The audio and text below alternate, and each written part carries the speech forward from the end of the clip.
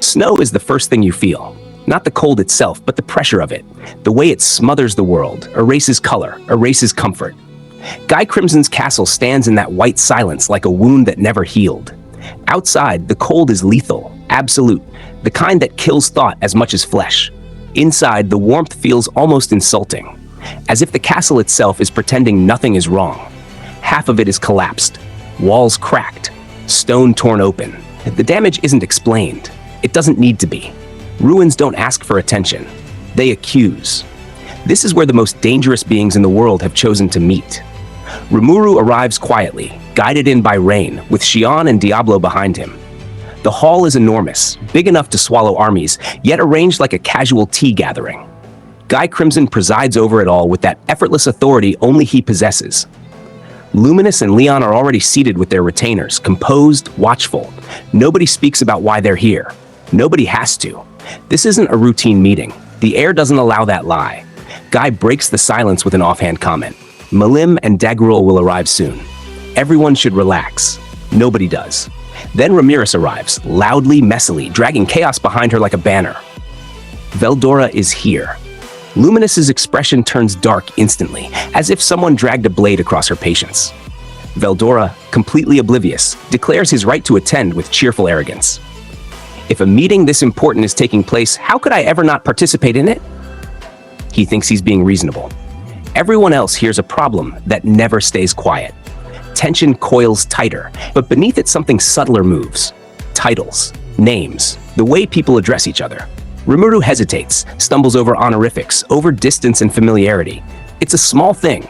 It's everything. Luminus pushes back. Leon follows, not harshly, gently, as equals do. Rimuru takes the correction and accepts it with intention. I'll keep up that gesture then, with every intention of kindness. Then Milim arrives, explosive, loud, unfiltered. She storms in, furious that Guy didn't warn her properly, dragging Fry and Caroline behind her. The energy in the room shifts instantly. This isn't idle waiting anymore. This is the full weight of power assembling in one place. Guy makes it clear, this room is reserved for those who earned it. No exceptions. He strips away honorifics like dead skin. No titles here, no hierarchy of names, only strength.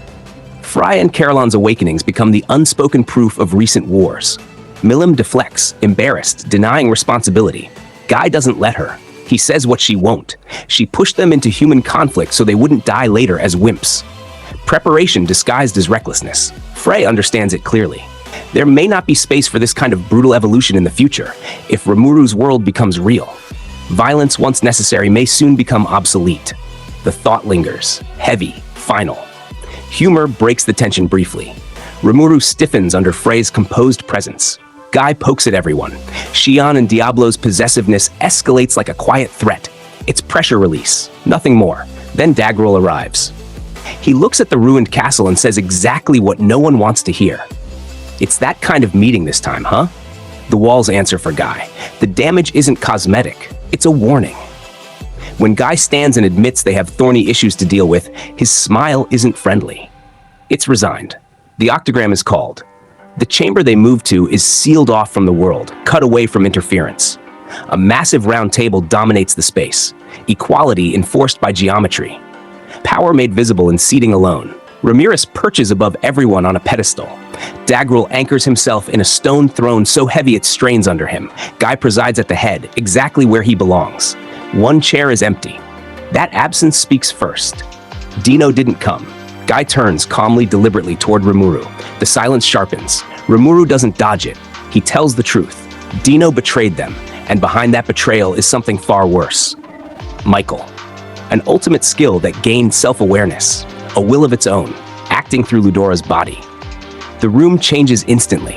This is no longer politics. This is existential. Guy takes control. He explains what skills truly are, not tools, not blessings, but systems, mechanisms capable of rewriting reality itself, authority inherited from Milim Nava. At the center of it all stand the angelic ultimate skills, 7 virtues. And at their peak, Michael, Lord of Justice. Michael's danger isn't strength, it's domination, ultimate dominion, the ability to overwrite the will of any being who possesses an angelic ultimate skill. Rimuru confirms it. He's seen it work. Absolute control, no resistance, no exceptions. Then Guy says the words that break the room. Velgrind was controlled. Velzard still is. The ruined castle finally makes sense. Daggrull is stunned. Luminus falls silent. Even Guy couldn't finish that fight. This isn't a threat approaching from the outside. It's already inside the highest tiers of power. The Octagram isn't debating anymore. They're staring at the reality that something capable of enslaving the strongest beings alive is moving freely. Milim laughs it off, confident, reckless, convinced their combined strength will be enough. Her bravado collides with the other's dread. She thrives on catastrophe. They understand its cost. And then Guy makes it worse. The 7 angelic skills were never the limit. That number was a comfort, a lie people told themselves to sleep at night. In truth, Milim Nava created far more. Powers intended for the 7 primordial angels. Many never found hosts. Instead, they were released into the world, cycling through death and rebirth, waiting. At least 14 pure angelic skills may exist now, every single one vulnerable to Michael's domination. The threat is no longer singular. It's systemic. Then Guy shifts the lens. Demonic skills are different. They aren't gifts, they're rebellions, born not from authority, but from will. Wishes so strong they carve themselves into the soul. Guy's own power proves it. His unique skill, pride, evolved into Lucifer, Lord of Arrogance, entirely his own creation. No inheritance, no permission. And here lies the balance. Every angelic virtue has a demonic sin standing opposite it. Creation and defiance locked together. Michael and wrath, Raphael and gluttony, Gabriel and envy. Not hierarchy, but symmetry. Victory determined not by origin, but by resolve. With the theory laid bare, the real danger surfaces. Who among them could already be compromised? The room tightens. This isn't abstract anymore. This is personal. Rimuru explains how Dino fell. Angelic skills contain an internal override. Resistance isn't possible. If Dino returns, hesitation could mean death. Sentimentality is a liability now. But another shadow looms larger. Velzard. Before Rimuru can speak on Velgrind, Leon cuts straight through the tension. Shouldn't they be checking themselves first? Who here might already possess angelic skills? Suspicion settles like poison. Guy and Luminus move first, openly acknowledging their powers. A challenge. An example. Ramiris and Milim are dismissed quickly. One by the nature of her existence, the other by raw force that Guy states is clearly incompatible with Michael's control. Daggrull goes next. He claims no skills at all. Only innate power. The room hesitates. Then something rare happens. Trust forms. One by one, they accept his word. Luminus complains about the missed opportunity for discord, but even she can't deny it. Daggrull is cleared not by proof, but by belief.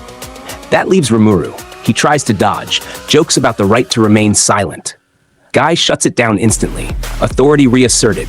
And then something unexpected happens. Rimuru doesn't argue, he allies. Milim vouches for him, for honey. Ramiris follows, for cake. It's absurd, it's effective. The debate shifts. Rimuru was the one who exposed the threat. Daggrull adds his weight. If Rimuru falls, so does everyone who trusted him. The logic is brutal, clean. Luminus resists until the very end. Then Rimuru offers her exactly what she wants. A private seaside labyrinth, carefully tailored indulgences. Her defeat is quiet, reluctant, final. Consensus reached. Rimuru is cleared without confession. Guy is visibly frustrated, his authority bent, not broken, by shameless diplomacy. Leon closes it with the truth no one can deny. Rimuru isn't being controlled. The Octagram survives, not because they are united, but because for now, trust outweighed fear.